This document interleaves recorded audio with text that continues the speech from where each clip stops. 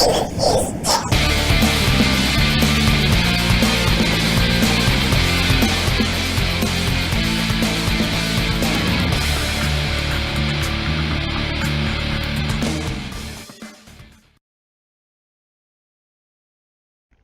at me fading up to a picture of Randy like a boss. I think my mic's working okay. Who knows? What's going on, Internet? Welcome to the Entertainment is Dead Mega Skeleton Crew Edition. Everyone's super busy. I have a Jerry curl from my hair being all tired.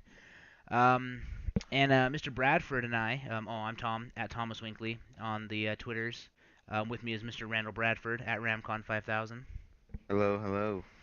And we just walked out of a screening of Teenage Mutant Ninja Turtles. So Michael Bay's Teenage Michael Mutant Ninja Turtles. Bay's Teenage Mutant Turtles, Ninja Turtle Mutant Teenagers Just sounds thing. ridiculous when you say it like that.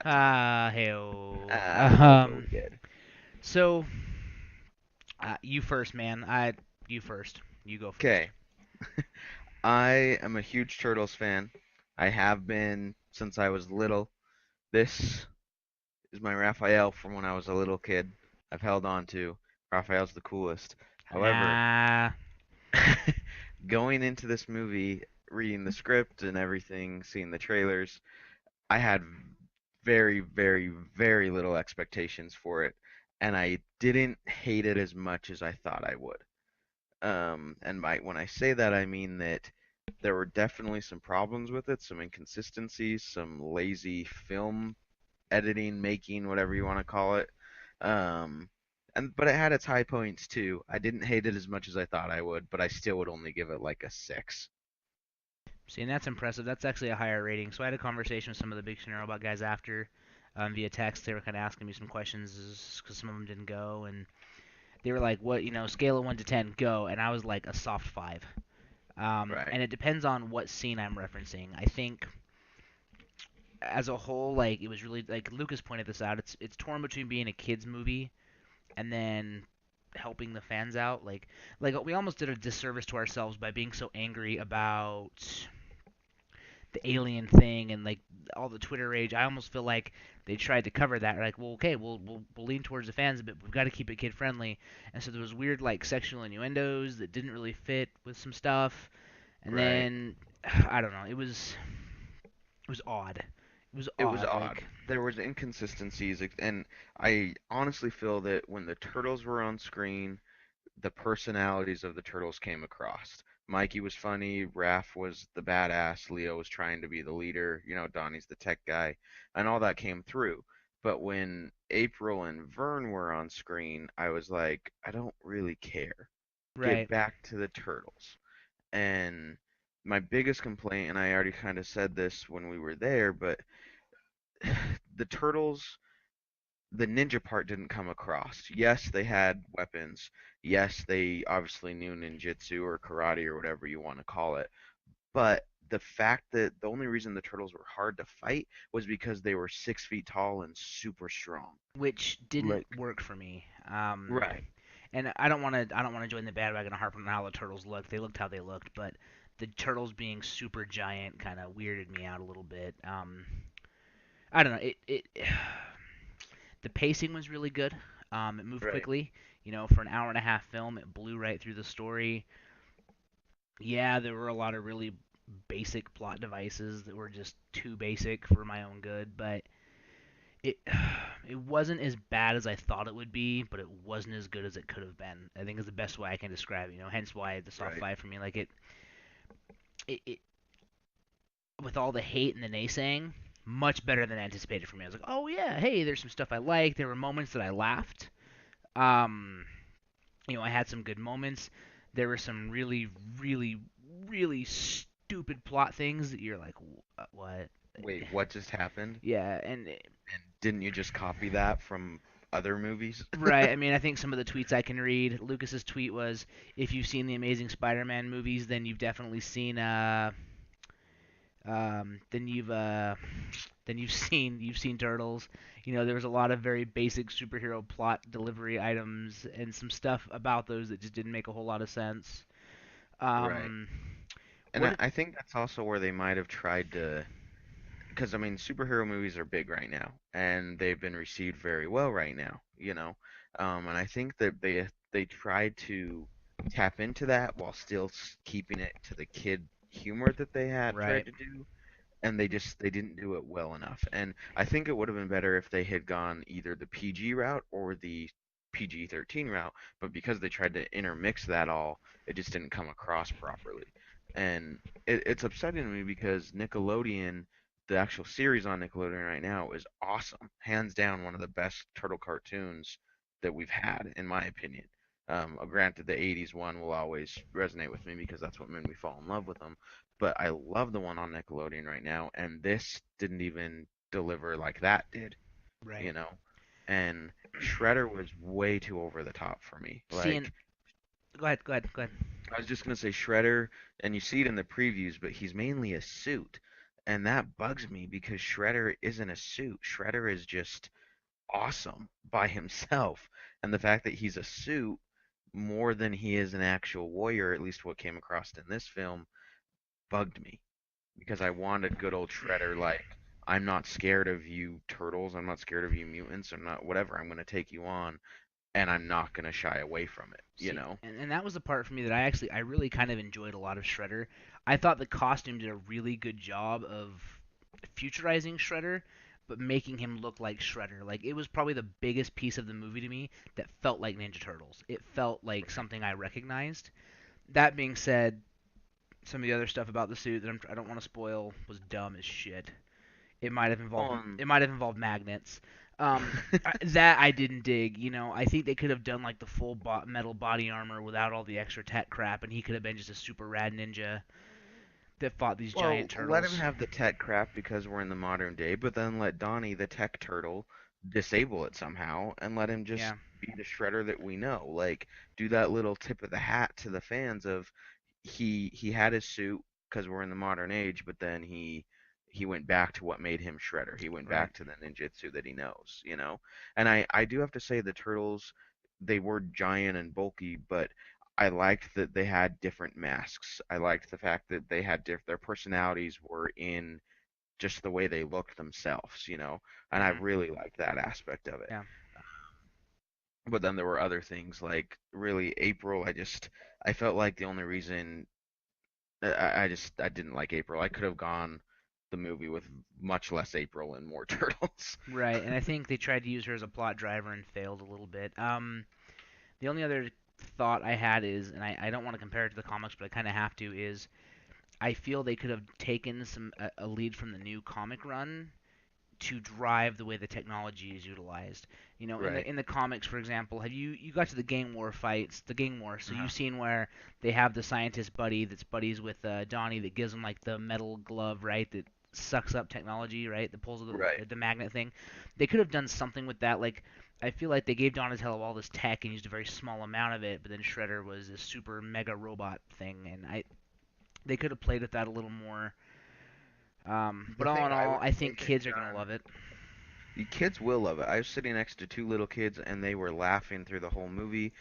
I think this is the kids will really enjoy it. Granted, the kids I was sitting next to, they show all those clips before the movies, not the previews, but you know, like the remember this movie moment, and they show a clip from an old movie, and they showed a clip from Back to the Future, and the kids I was sitting next to were like, "Hey, that's the same kid that's in Karate Kid," and I'm like, "No, no." No, So no, they're no, not it's very not. intelligent, but they will enjoy this movie, Yeah. you know. And that's it's a kid movie for sure in that regard. It's entertaining for kids. I'm glad I didn't pay to see it. The thing that I wish they had done from the new comic book run is the way the turtles actually know ninjutsu. Like that, when I got to that moment in the comic, I mean, it was relaunched and they changed it, and it was awesome. And maybe if they didn't take it from that point of the movie, what I didn't like about the movie was how the turtles learned ninjutsu. Because if it was that easy to learn ninjutsu, I have a feeling I would be a ninja. Mhm. Right. And they did try to say that the mutagen helped them learn it Right. faster, but and it was kind of credited to that, but that still kind of bugged me because I was like, Yeah. mm. Yeah. So there you have it. It's mediocre at best, in my opinion. Um, Once again, not as bad as the naysayers said, but in my opinion, nowhere near as good as it could have been. I guess is the If best way to say it. you are gonna go out and see a movie this weekend without your kids, and you're debating between this or Guardians of the Galaxy, Oh see yeah, Guardians hands of the down, see Galaxy, Guardians. Yep. hands down. If you have kids and you want to go out as a family movie, yeah, take them to this. They'll enjoy it. If you want to see this in theaters, wait till like your dollar theater or coupon day or whatever it is that's in your area Yeah. because then it will be worth your money. Yep. Absolutely. It's definitely a red box type title for me. So there's that. We don't have a lot going on. I do want to talk about two games I've been reviewing that I think just absolutely need to be shouted out. And Randy, you're welcome to key in on this as much as you want. I'm gonna run the trailer for the first one. So this first one is modeled for somebody like me. It's Rogue Legacy, made by Celador Games. It's a very, very classic look at kind of the Metroidvania style games, but it actually does a lot to work with a very different, unique play style. So I'll run the trailer and then kind of talk about my experience with it so far. So here goes the trailer for you fine folk.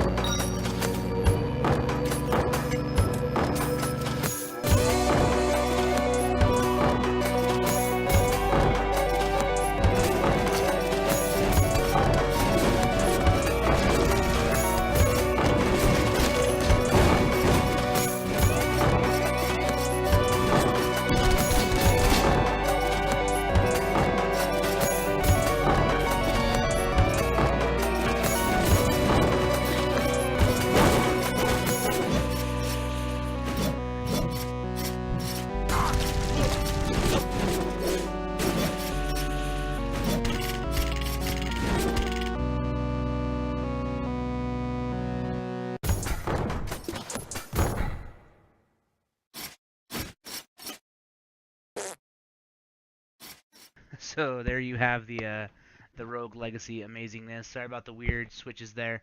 Trying to find the right scene for it, but it's so what you saw there is really the perfect definition of the game. So you're playing like a Castlevania Metroid type game, but the difference is you're going into this castle where you know you're probably going to die. And you die, and all you take with you is the gold that you got from that run. And then with the gold involved, you actually then can step in and say, okay, well, I got the gold, I went through this part, and you then use that gold to upgrade your castle, your keep, and level up your characters.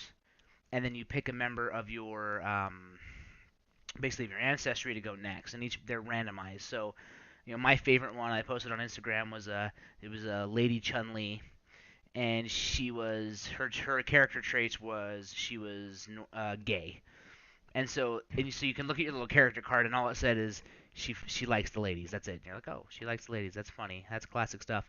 But some of them, you get gigantism where they're giant. You get dwarfism where they're super tiny. You can Is get this the game where your character was nearsighted, so everything, or farsighted or whatever, so yeah. everything was blurry? Everything immediately around my character was blurry. There's a nearsighted one, so everything on the outer edges of your screen is blurry. Mm. There's a colorblind, so the entire game's in black and white except for the menus when you're playing. Um, And what system is this on again? it's on PC, and it's also on all of. It just came out for the PlayStation system, so PS4, PS3, PS Alright. Vita. And the cool thing is the cross save is instant. So if you're connected to the internet, it's constantly uploading your saves.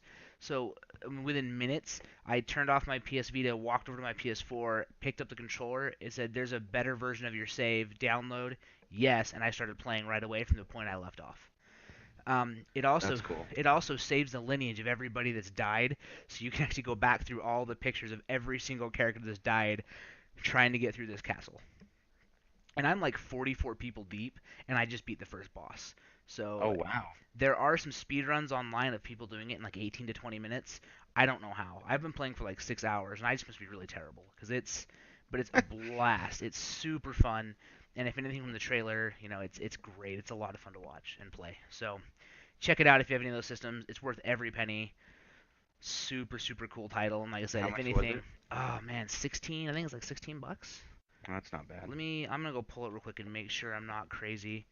Um, but it's not super expensive, especially for how much gameplay I've gotten out of it already.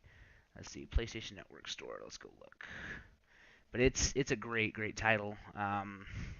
And like I said, it's zany, it's fun, it's not too serious, so you're not worried about taking the game. You're not worried about like being in this really intense serious game. Let's see, Rogue Legacy search, but it's really neat. It won't give me the price because I own it. Oh, that's too bad. Dumb. Let's go look it up. We'll just Google the price then. Google will tell me. Dun, dun, dun, dun, dun. Oh, yeah, 10 bucks. Nope, sorry. It's 10 euros, so they're saying 19.45. So I think if you're a PS Plus member, it's 16.99. So yeah, 17 bucks. Um, Worth it. Pick it up. All three systems. You can play on everything. It's really good. Um, so there's the first one that I wanted to talk about briefly. Randy, any other questions about it? I know you haven't really played it. I'm just kind of running through news as fast No, as I but I'm can. tempted. The thing is, I'm saving all my money for Comic-Con next month, and so I can't. I'm like, ooh, $16, $15, whatever it is. That's not bad. Ooh, but I could use that to buy like free prints at Comic-Con. Right, So, right. Well, and like I said, it's worth it, dude. It's a lot of fun. I like it, but okay, one more trailer to show you fine folk, and then we're kind of close to wrapping. It's kind of a quick, easy night. So if I can remember what scene I saved that trailer to, we're gonna jump over and do it. So give us a second.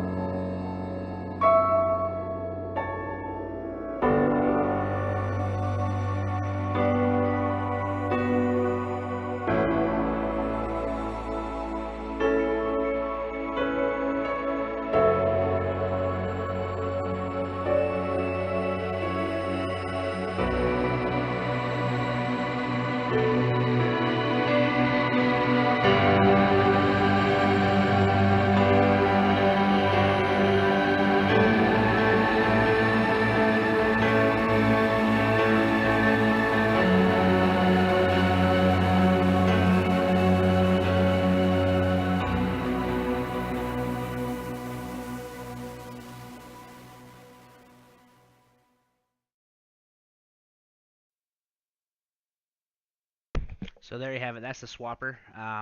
Another really great one. So the Swapper is once again PlayStation. Man, I don't even know where to begin with the Swapper. Like, it is this really weird, dark puzzler, and so the whole thing is the opening video is basically you running off this like space station that's falling apart, getting into a pod. The pod launches you into space, and you end up on some kind of ship, and you're talking to this other person that you see, and you're trying to get to him.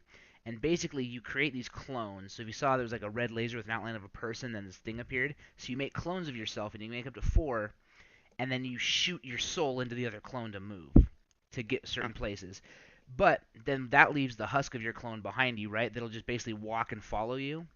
But then if you need to make, say you've made all four of your clones, you can either walk into the clone to absorb it, or you can like walk it off of a cliff, and then it dies, and you can make another one. Or if you need to get to a really high place, you can actually shoot the husk up into the air, warp your soul into it, and as you're falling, do another one, warp up into it. So you're like climbing, and these little clone husks are falling to the ground and like dying as you're climbing up to these weird heights. what's the Um, point of the game? Like, what you're are you trying collecting these power orbs throughout the level to power up either portals or open doors. to? And then you progress through the story, and it's weird because you start like talking to this lady, and you start having these things about like your mind and how they discovered your soul transferring, and these weird like oh like deep sentences about how your mind is thinking about this, and then you start to like. I mean, I'm to a point where I'm starting to wonder if like my character is going crazy because I keep jumping from body to body to body to body. But it's Mm. beautiful and weird and everything I'd want in like a puzzle game because you even when you feel like you're kind of done playing, you don't want to stop because it just looks so neat and it's just so freaking weird. And the puzzles are just challenging enough to be fun, but they're not impossible. There's some hard ones, but you can figure them out. And there's So, pretty cool. So super unique idea for a puzzle game, like kind of a Portal-esque, but in a very different and kind of morbid yeah, way. and they have obstacles like if there's a red beam of light, you can't. If there's a red beam of light coming across, you can't shoot your soul through the red beam of light. So then, of course, Mm. there are switches that will disable the red beam of light, right? So then Right, you've got to leave a husk standing on the switch and then right. shoot a thing through. But then there's blue light that you can't create a clone inside of. So there might be a whole room washed out with blue light and a red light, and you've got to figure out how to maneuver your different husks around and warp through them to get everything going. Then just to That's get to cool. the other point, it's neat. It's if I remember the price right, it's like 14.99. Uh, Once again, really fun puzzler.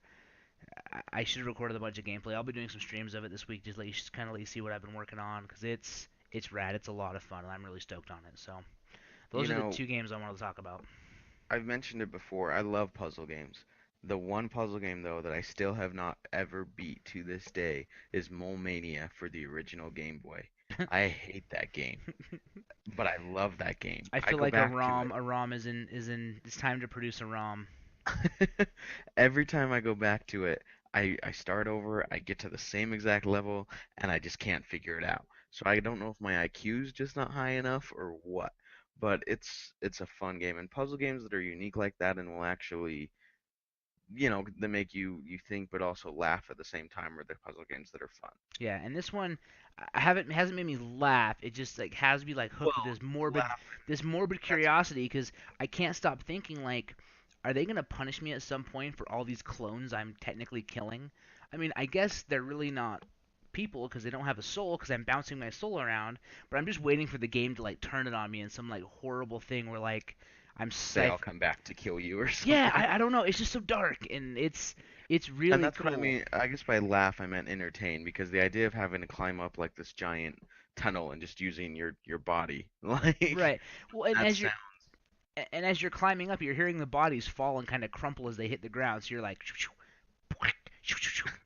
and you're just like, oh, like you're, and the music is just, out of the environment is so immersive. You're pulled into this really cool environment that you don't want to leave, and it all just fits together really well. And then there's some unique stuff where there's a part where you're going through like a vacuum, and so you don't actually shoot your soul. You're just like blasting your soul out, kind of to, or whatever the thing that swaps your body, the bullet, and that propels you through the vacuum. So you're trying to like control yourself through the vacuum by shooting this thing to get to the other door.